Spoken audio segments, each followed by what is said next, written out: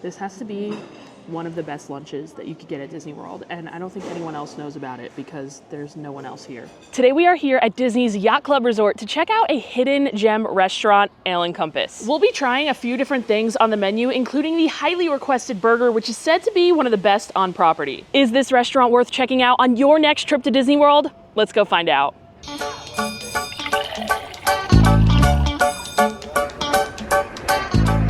Every single time I post a video about a burger at Disney World, I get a handful of comments saying that the burger at Ale & Compass is better. And surprisingly, I've actually never tried it before, but that all changes today. We're not stopping there though. There is so much more to try, so let's head inside. All right guys, we have made it inside and it is super empty in here. No surprise, it was really easy to find a reservation, and we are here during lunchtime. Usually I would have liked to come for dinner to kind of show you guys that, but I have some plans later today. So we are here for lunch, and I've never actually dined here for lunch. I love their breakfast here. I'll talk to you guys a little bit about that later. I've been here for dinner as well. Also really enjoy their dinner, but my first time here for lunch. And I actually didn't realize how different the lunch menu is from the dinner, so I'll kind of show you guys the menu here. To start, we have a couple of options. We have crab cakes, the Parker House rolls, blue crab bisque, and the roasted buffalo style cauliflower. I've had the buffalo style cauliflower before and I really, really like it. Pretty much anything with buffalo sauce. I love cauliflower. I love a good buffalo cauliflower, and this is a good one. I really enjoy it here. I was tempted to get the blue crab bisque. I do love like a good bisque. It's really hot out, but I almost got it, but it was $14 for a crab bisque. That's kind of a lot. And then the Parker House rolls, which are $14. I am one of those people that kind of like refuses to pay for bread at a restaurant. I think it should be included, as it is with most restaurants at Disney World. There are a couple that make you pay for it. Here is one of them, as well as Steakhouse 71. I kind of wish bread was included. Maybe not for lunch, you don't need it, but like for dinner, they shouldn't make you pay $14 for bread. Continuing down the menu with the salads and flatbreads, we've got the Ale & Compass salad with a bunch of different things in it, some veggies. We have the wedged romaine salad as well. And then our flatbreads, we have a seasonal market vegetable flatbread and a Chipotle barbecue chicken flatbread. Now, I've never had the flatbreads here, but they sound really good. This Chipotle barbecue chicken one, I was tempted to get it, but when I looked at the menu, I saw this short rib French dip flatbread on the dinner menu. I was hoping I could get it for lunch as well, but unfortunately you're not able to. So I don't think I'm gonna get the Chipotle barbecue chicken flatbread, although my waiter says it's very good. But the short rib French dip flatbread on the dinner menu, I gotta show you guys this. It has braised short ribs, marinara, sweet peppers, cheddar, herb ranch, arugula, grilled lemon juice, chili flake, and au jus.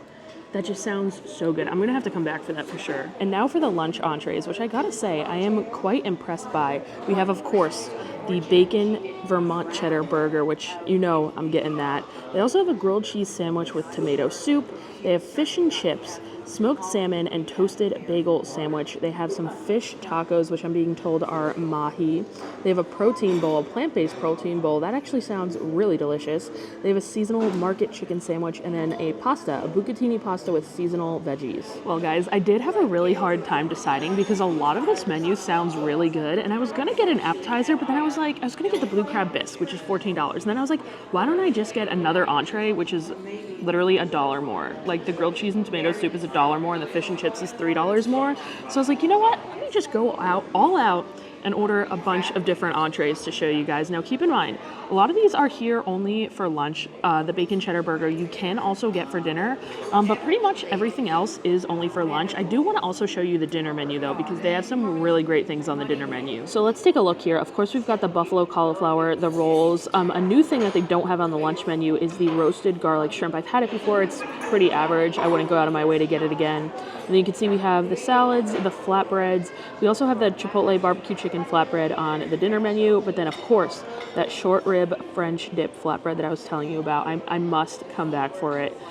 Main entrees, we have a New York strip, a pappardelle pasta with chicken, shrimp, a brick lemon herb half chicken. That always sounds really good. I've never tried it. Let me know if you guys have tried it before. Of course, we've got the burger, the plant-based protein bowl again, some Cabernet braised short ribs, sounds great, catch of the day, and then the New England seafood pot pie. I think the seafood pot pie is such a sleeper menu item. You never hear anyone talking about it, but it is absolutely delicious. It's almost like all the seafood kind of in a lobster bisque style broth. I wonder if they kind of use the same like blue crab bisque kind of thing, but they toss it in the broth and it's like just a pot pie but with seafood, and it has like a crispy like puff pastry on top. It is so delicious. If you're coming for dinner, that is definitely what I recommend.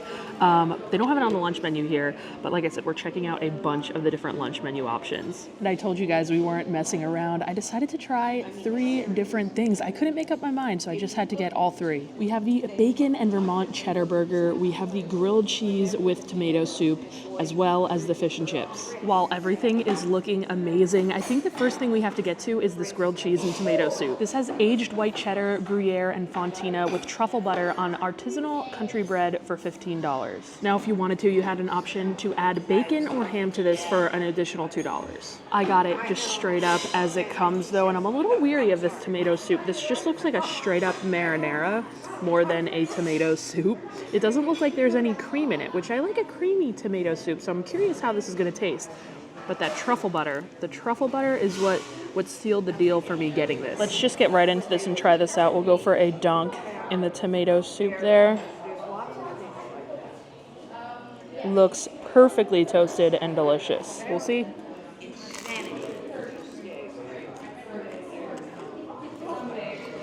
Guys, this has got to be the best grilled cheese here at Disney World.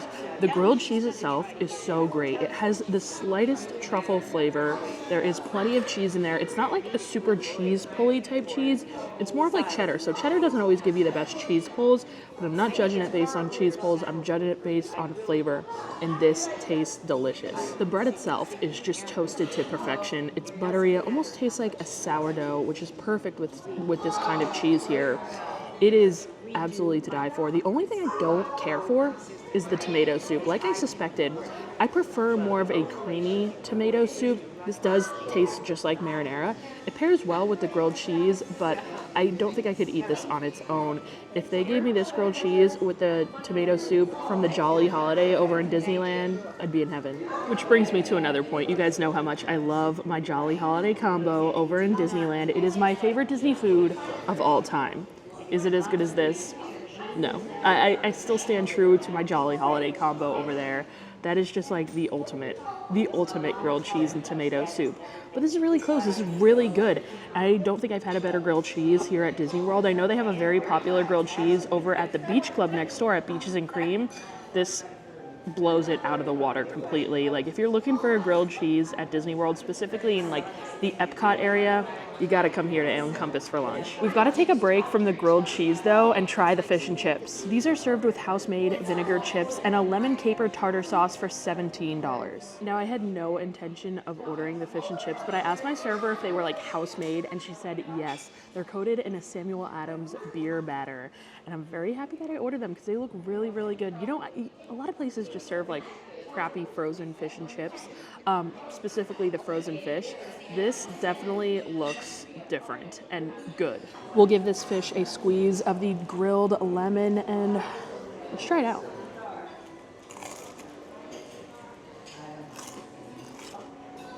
This fresh squeeze of lemon is an absolute game changer on this. Wow. That's so good. The batter is absolutely delicious. There are a couple parts that aren't as crispy as the part that I first bit into. Like some of it isn't super crispy. This part here specifically is a little bit soggy. The fish itself is a little bit tough. It's not like as like flaky as I would like. A little bit tough. Maybe it was like overcooked a bit. I'm not quite sure. But with that fresh lemon on there, this is delicious. This is not taking away from how good this dish is. I think this is some great fish and chips. Now, y'all know I can't do tartar sauce because I'm a no mayo girl.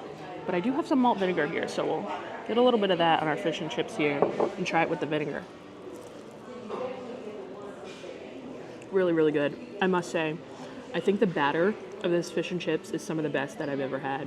If they put the batter of this fish and chips with the fish quality that you get at the Yorkshire County Fish Shop in the UK, I think we'd be spot on. This piece is a little too tough for me. Maybe the other piece of fish is like a little bit softer and flakier. Now for the chips, and these are supposed to be like vinegar seasoned. A little soggy, but the vinegar seasoning is nice.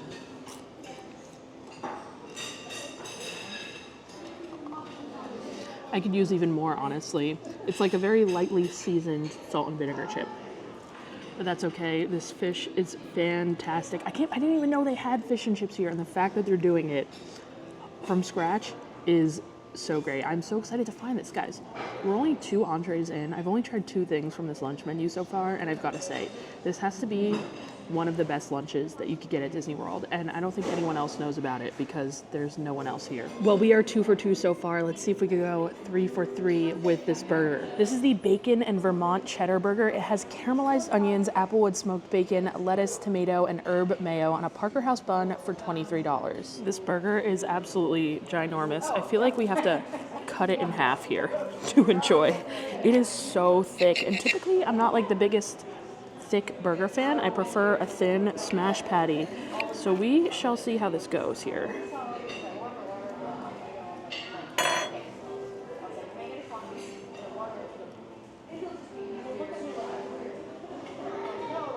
All right, guys, it's time. Time for the highly requested, highly anticipated Ale & Compass burger review. I hear it's one of the best. I'll be the judge of that.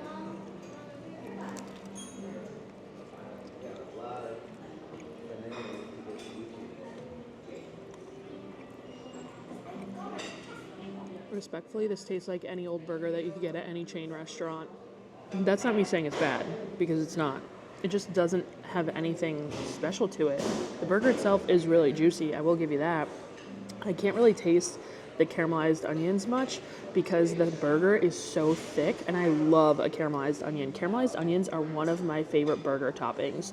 I could use pickles on this for sure. Definitely some acidity from the pickles would be nice. But all I really taste on this is the bacon and the humongous patty of beef. Another thing I'm tasting is the roll, which is tasting stale. It's kind of hard. I'm not sure why this is so popular. This burger was apparently like on the Today Show and stuff a couple of years ago. I must have missed that because I've never heard of that. But I don't get the hype, guys. It just tastes like, honestly, you know what it tastes like? The burger patty itself? It tastes like Chili's burger, which I'm not saying is bad because Chili's makes a pretty good burger. But I just don't see anything special with it. I really think this tastes like a burger you could get pretty much anywhere. The bacon also is pretty fatty, not very crispy at all. Yeah, the other 2 options were hands down better. And my number 1 and number 2 burgers at Disney World right now are kind of in a toss-up. I just recently had the lunch burger that they serve over at Tiffin's, and it knocked my socks off. It's a thick patty, but it is just done so well. It has this like au jus and this really creamy cheese sauce. It is to die for. The bun is also better over there. And then the Steakhouse 71 Stack Burger. Those 2 are 1 and 2. I am having a really hard time like determining which is 1 and 2 because I love them both so much. So you guys will have to let me know in the comments. What is your number 1 burger at Disney World?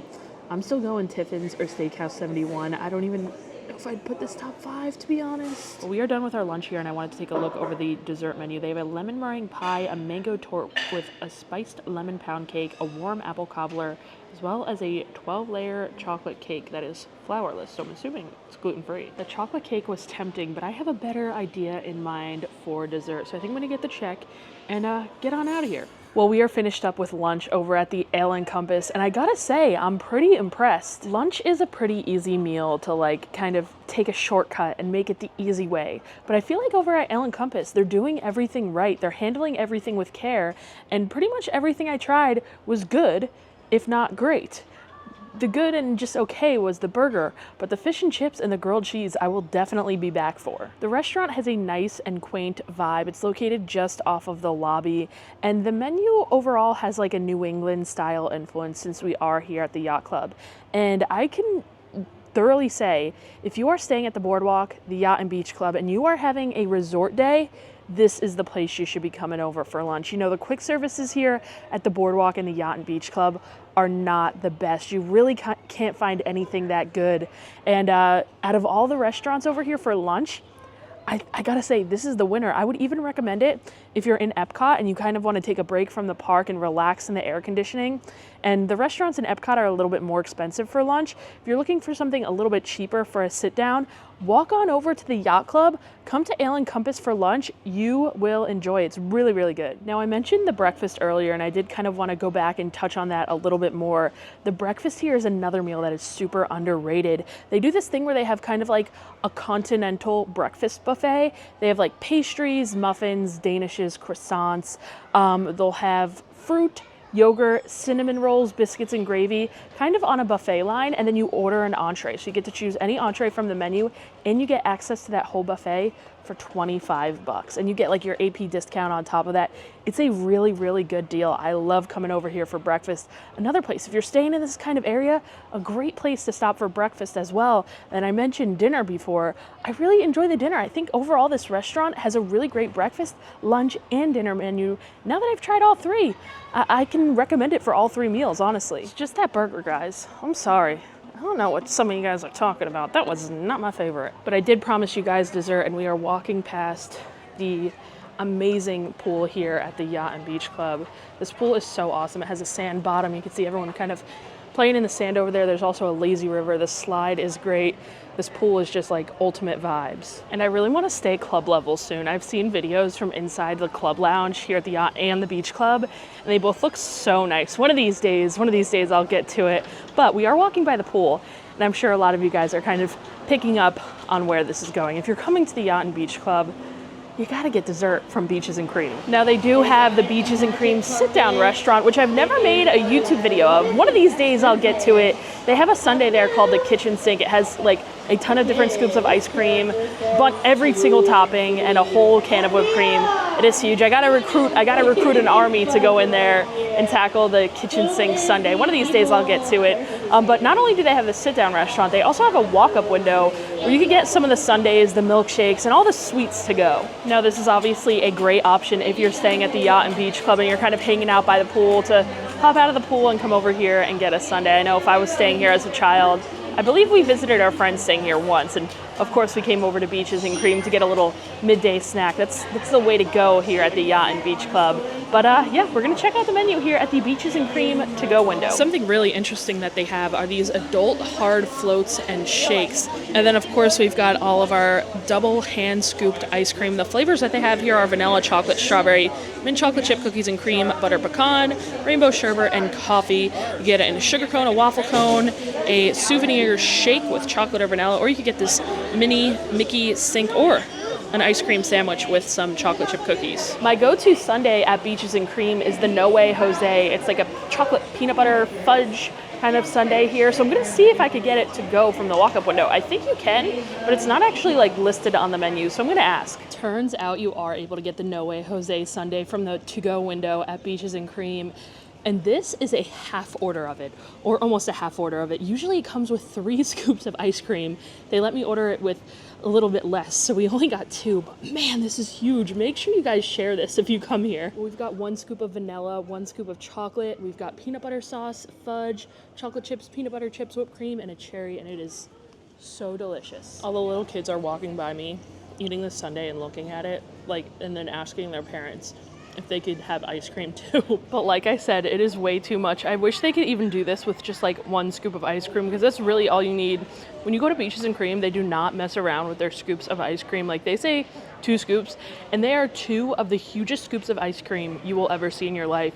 Like when you go to Italy, in the Italy Pavilion, that gelato shop, you order like a 2 scoop of gelato, and the scoops of gelato are like literally golf ball size. No, here they're like almost softball size. Like these scoops of ice cream are huge. So if you get a sundae there, keep that in mind. It's easily shareable.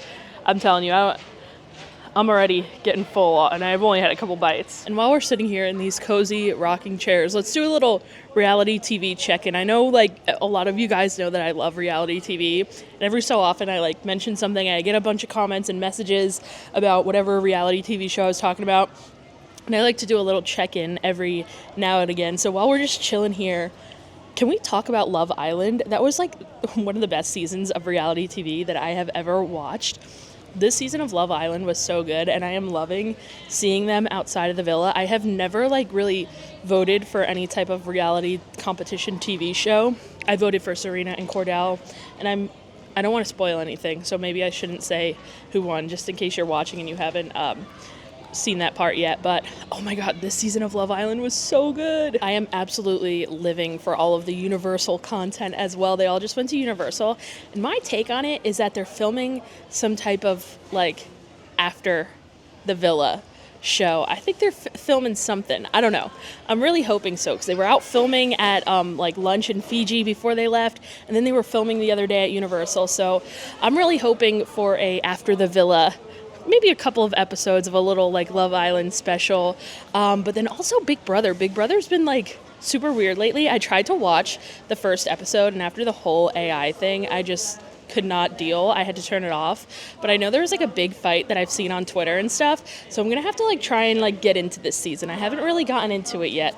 So I'm gonna maybe when I get home, honestly, I'll start this season of Big Brother. I could honestly go on about that reality TV stuff for ages, so chime in the comments if you're watching any of the shows that I talk about, and I'll go back and forth with you, because I need people to talk about this with. I feel like a lot of my friends here don't watch any of these shows, so I need to talk about it in some capacity. But that is going to do it for us here today at the Yacht Club and at Ale and Compass. Would I recommend you come dine at Ale and Compass? For sure. But would I recommend you get that burger? No. But other than that, everything else checks out, and everything else I tried today was really, really good, and I would probably come back for that fish and chips and the grilled cheese alone. But remember, those are only available on the lunch menu. I wish they kind of had it for dinner as well, but only lunch. But shout out to all of my awesome Patreon subscribers. You guys are the best. Thanks for always supporting the channel, and thanks to all of you guys for watching this video. If you want to see more honest Disney food reviews, make sure you hit that subscribe button and keep an eye out for the next video. I'll see you guys then. Bye.